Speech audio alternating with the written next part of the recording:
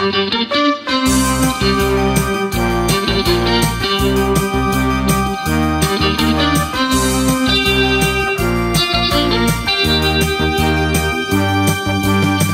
and welcome to Philosophy News. I'm your host, Bernice Conklin. We've got a great show for you tonight, featuring the hottest theories and shocking gossip from all your favorite brains, from Thales of Miletus to Marx. Our first story tonight is a behind-the-scenes look at the ancient era of philosophy. The movement takes place in Athens, Greece, featuring hunks like Heraclitus and Anaragus.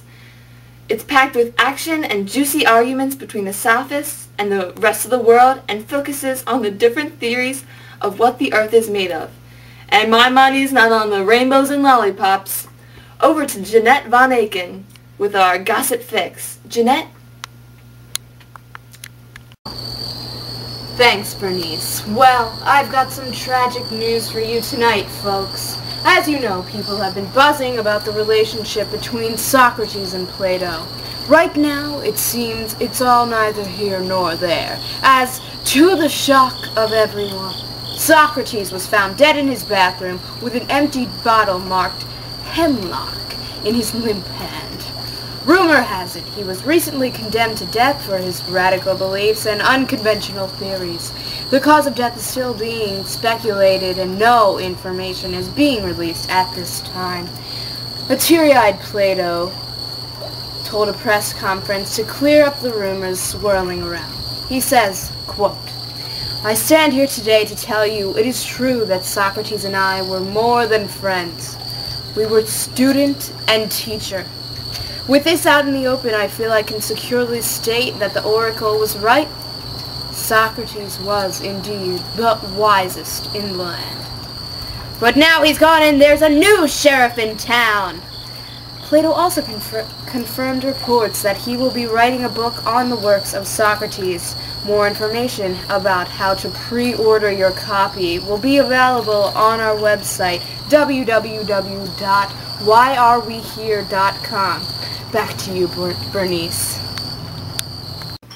Thanks, Jeanette. He will indubitably be missed. Well, everyone's talking about this past weekend's philosophical awards of the Middle Ages. The awards honored those philosophers whose works best married Christianity and philosophy, and were greatly concerned with proving God's existence.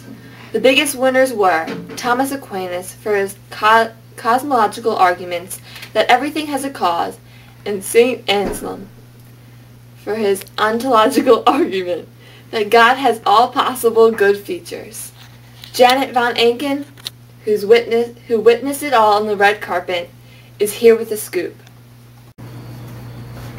Well, Bernice, I'll tell ya, I felt smarter just standing there.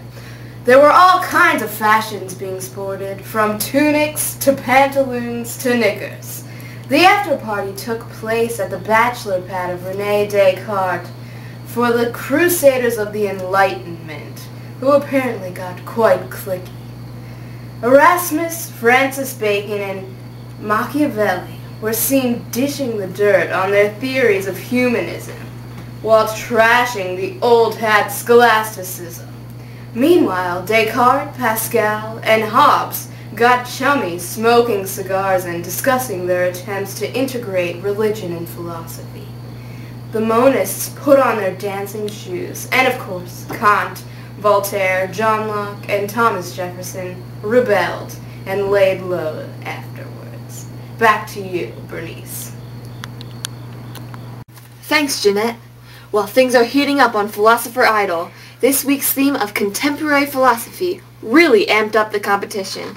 Absterology was a popular topic, presented by the contestant Martin Heidegger, who theorized about knowledge. But Sigmund Freud hit the ball out of the park with his psychoanalytical theories. Ladies and gentlemen, this just in. We are in for a treat. Jeanette has snagged an interview with the one, the only, Aristotle. It's a pleasure to have you here with us today, Aristotle. I just have a few questions to try to delve into the mind of one of the greatest philosophers ever known. First, what areas did you focus on in your studies? Yes, politics, theater, biology, zoology, oncology, physiology, physics, librarianology, spirituality, and among other things, you know. Seems like a wide variety. Who was most influential or inspirational in your life? Hands down, it would be Plato, my wise teacher and comrade. We spent many a day prattling about the ins and outs of life and whatnot. Now, it's been said that you rejected most of Plato's teachings or beliefs. Why is that?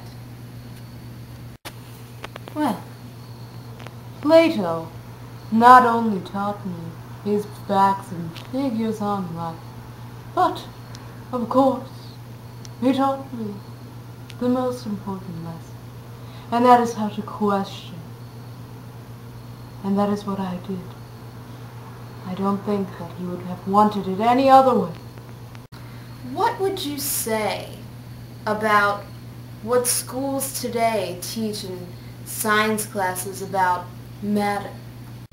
There is no such thing as pure matter. Whatever they tell those wretched children in those schools is lies. All lies. God is the purest substance of all. And we all come from God, and therefore we are elements of Him, of His pure substance. And I don't know what kind of sick institutions teach otherwise. Now, according to my research, it's been said that you set the standard for tragedies. What do you think is the defining factor of a tragedy? Well, Jeanette, I don't know about your research, but if it was at all extensive, you will be familiar with my idea of catharsis, which is the purging of guilt and fear of the characters in a book, which is obviously the defining characteristic of tragedy. We hope you enjoyed tonight's episode of PhilosophE News. I'm Bernice Conklin. And I'm Jeanette Barnett, saying thank you and good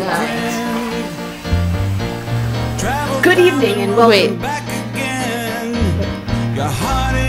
Like actually good. Good evening and welcome to 5. Now your tags are showing on your